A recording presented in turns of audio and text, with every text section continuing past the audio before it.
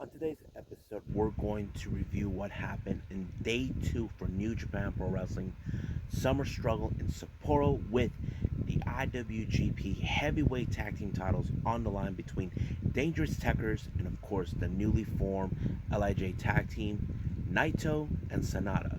But also, for the first time in a while, I get to review a Ring of Honor event. It's been a while now. This time we got their latest pay-per-view, Best in the World, with the main event being for the ROH World title between challenger Bandito and Roosh. So, let's get started with another episode of the Deleted Wrestle Zone.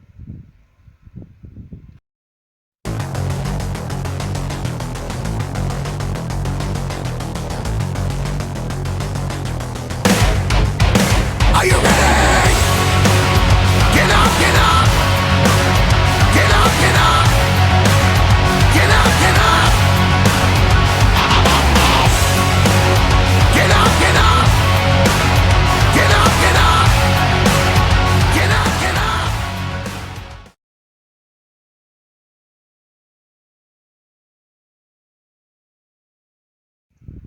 Welcome everybody to Deleted Wrestle Zone. All things that it's pro wrestling with AEW, NXT, New Japan Pro Wrestling, Impact Wrestling, the National Wrestling Alliance, various promotions, wrestlers, matches, and championships. I am your host, Jay, right here. So let's begin with day two by New Japan Pro Wrestling's Summer Struggle in Sapporo. This was a very interesting match. It opened up once again with our favorite guy, Time Bomb himself, Hiromu Takahashi. I mean, I have to say he's a good hype man. I'm not gonna lie about that. I mean, even though he's not medically clear, I have to say they're using him well to keep him close by. And I have to say, great job in New Japan. I like how you're using him to motivate people of what's gonna happen. I love it.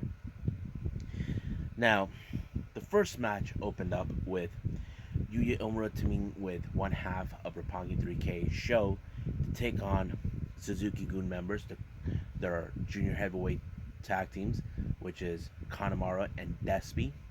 Um, it was a pretty good match.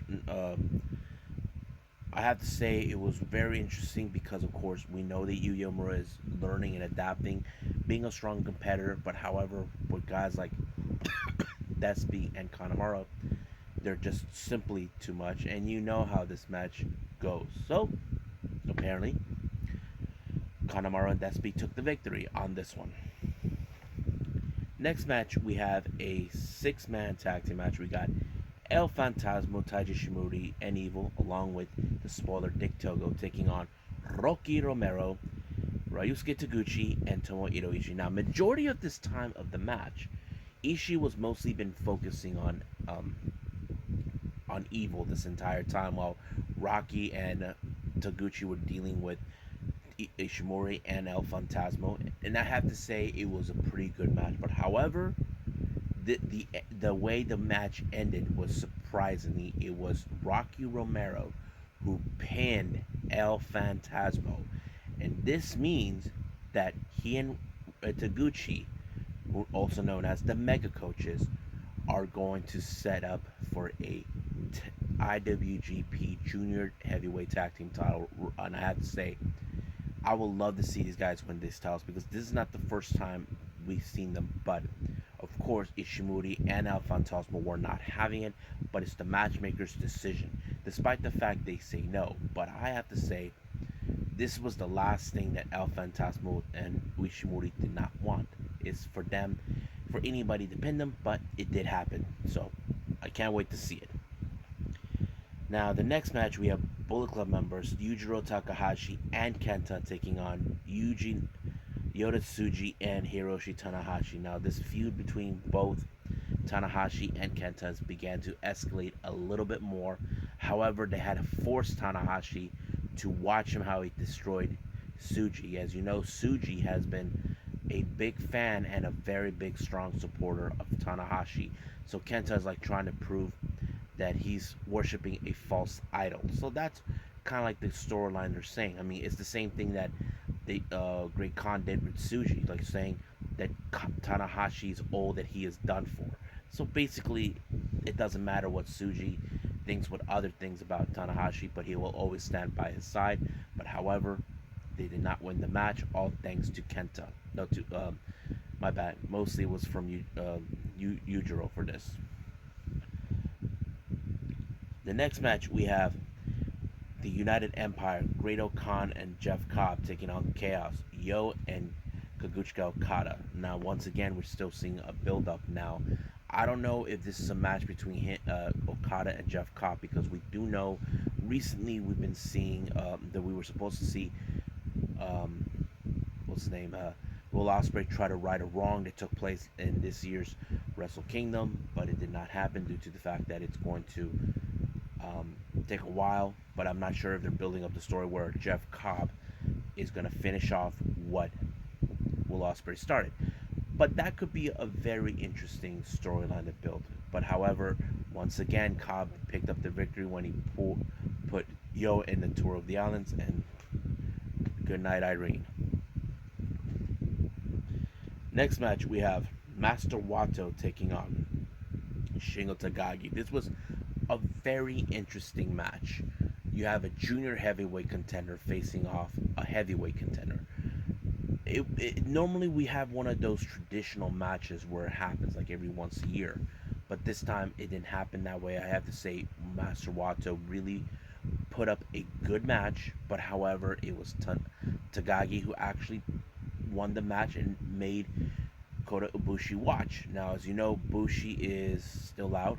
We will see him face against Shingo for the IWGP World Heavyweight Title at Grand Slam, the Greats Grand Slam in Tokyo at the Tokyo Dome, which I'm excited to watch. But that's what happened. Now, before the main event, all of us Hiromu remained in a commentary section for the Japanese side for majority of the time. However, he's being joined by someone he's familiarized with, longtime rival and also junior heavyweight contender, Despy. And the funny part is, Despy and Hiromu took photos of each other, and of course, the person who's in between both Hiromu and Despy was none other than Milano Collection TA. So basically, hopefully he probably doesn't like it, but it is what it is. Now let's get to the IWGP Heavyweight Tag Team titles between LIJ, Sonata, and Naito. This is the first time in 11 years Naito's ever competed for the IWGP Tag Team titles. However, Sonata pinned Zack Sabre Jr., but he did ask Naito, look, Shingo has the world title with him now. You and I need something. So he persuaded him to, proceed for these titles. And of course, Naito was a bit skeptical, but he was like, okay, let's jump on board and see what happens. And of course, they had to face the Dangerous Tekkers from Suzuki-gun. It was one good match. I have to say, it was one of the most interesting but funnest and great matches I've seen so far. Now, I never seen Naito win the tag team titles before. I know he had proceeded for the IWGP Heavyweight title many times over, but seeing this was different. But I have to say, with him pulling off Destino, picking up the 1-2-3 was over. And of course, he gave his infamous promos and of course the roll call with all members of LIJ. And he did say he thanks Sonata for making him change his mind about what his priority should be now. He should be focusing on getting gold. Doesn't matter which one, as long as he gets it.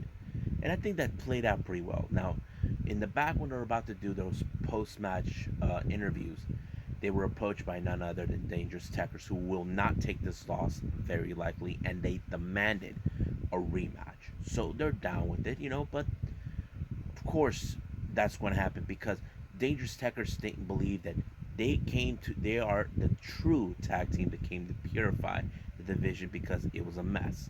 Naito doesn't care about that, but we'll see what happens when that match came. I hope it's going to take place at Grand Slam, but we'll see. But for now, let's just move forward with Ring of Honor Best in the World.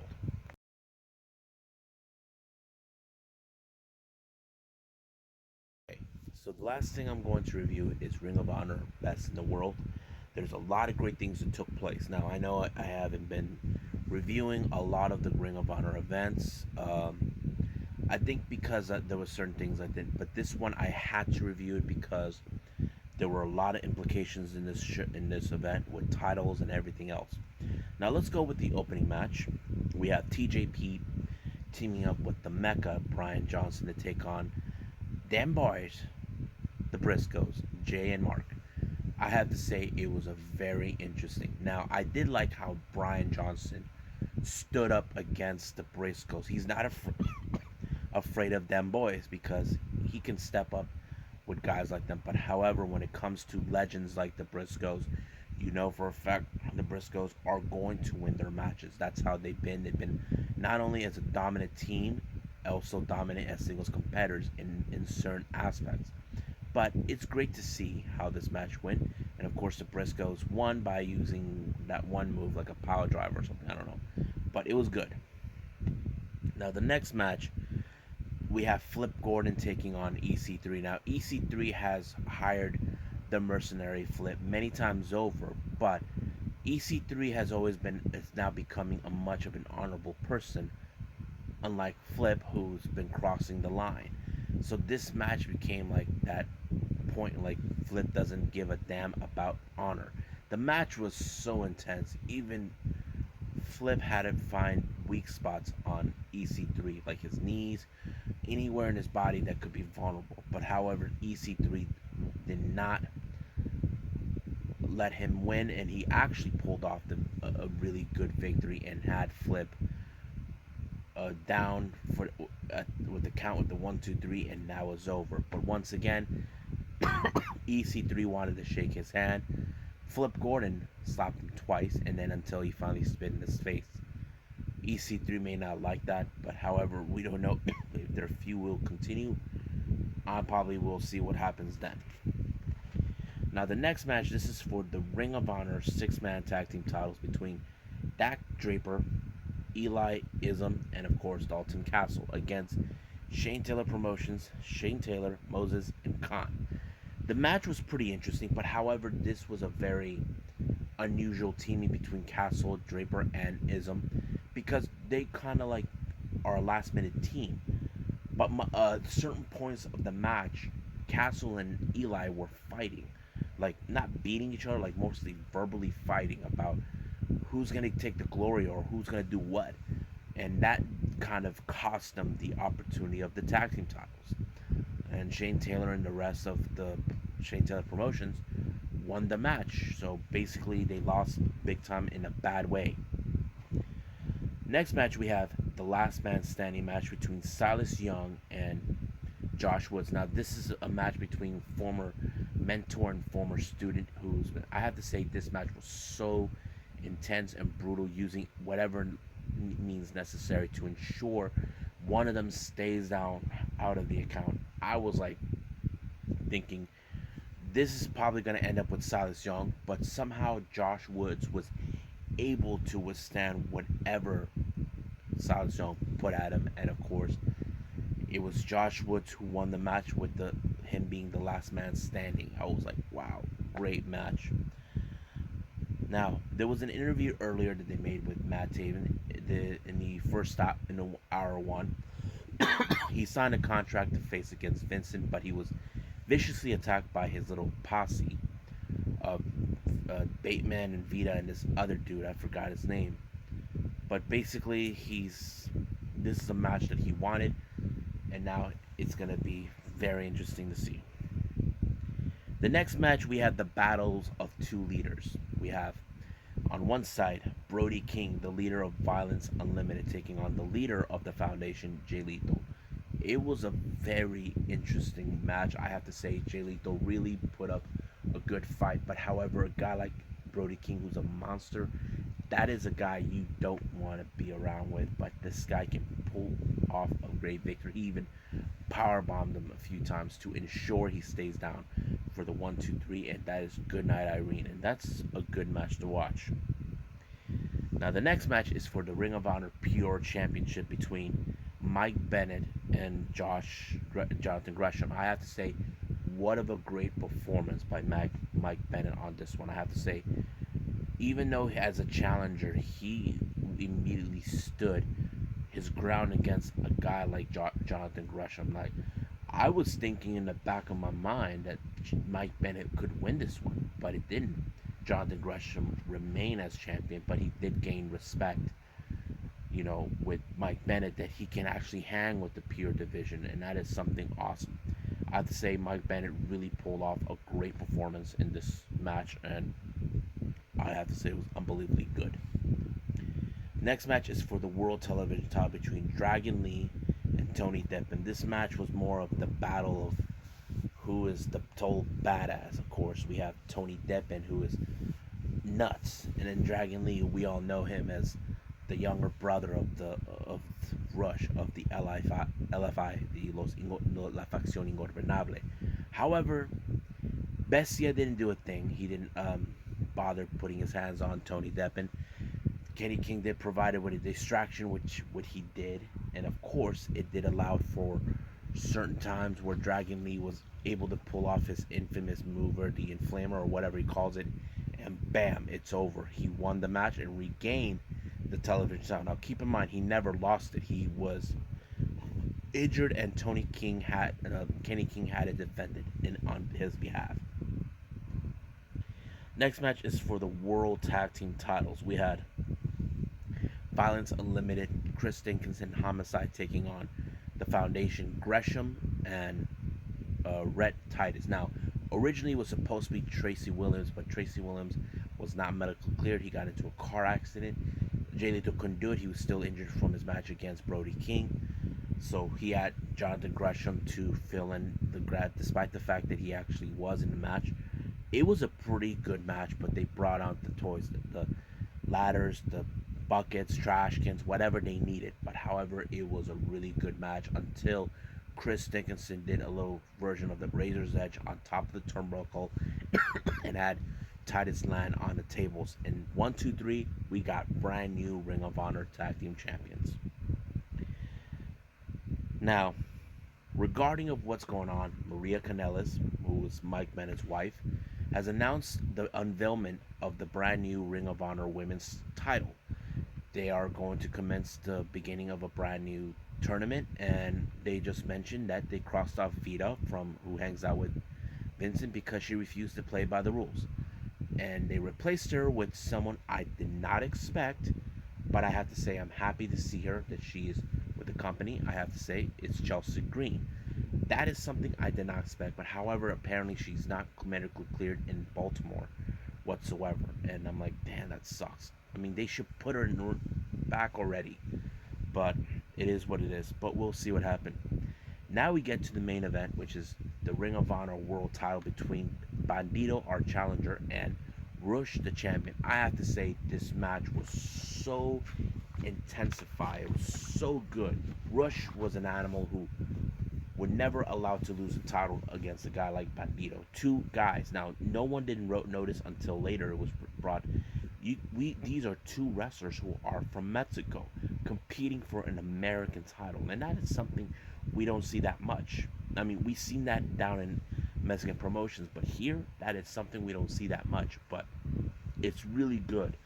I didn't expect Bandito to win, but I have to say he was like the fan favorite to win the match, which he did. He became the brand new Ring of Honor title champion when he beat Rush, but however, he was viciously attacked by La Facción to send a little message that they will not tolerate with him, but it is what it is.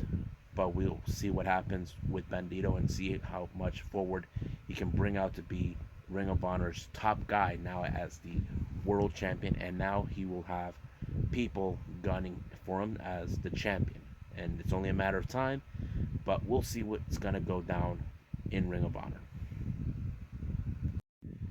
Well, I hope you guys enjoyed this episode. Coming up, we have AEW Dark Elevation, two shows from this weekend from GCW, and of course the latest event by AAW, All American Wrestling, based out of Chicago. United We Stand is a big show from what I understand, so all of that will be on the next episode, and we'll see where we go from there. But for now, I'll see you guys in the next DWZ time. Same DWZ channel. I must bid all of you adieu. So, goodbye. And have a nice day. Bang!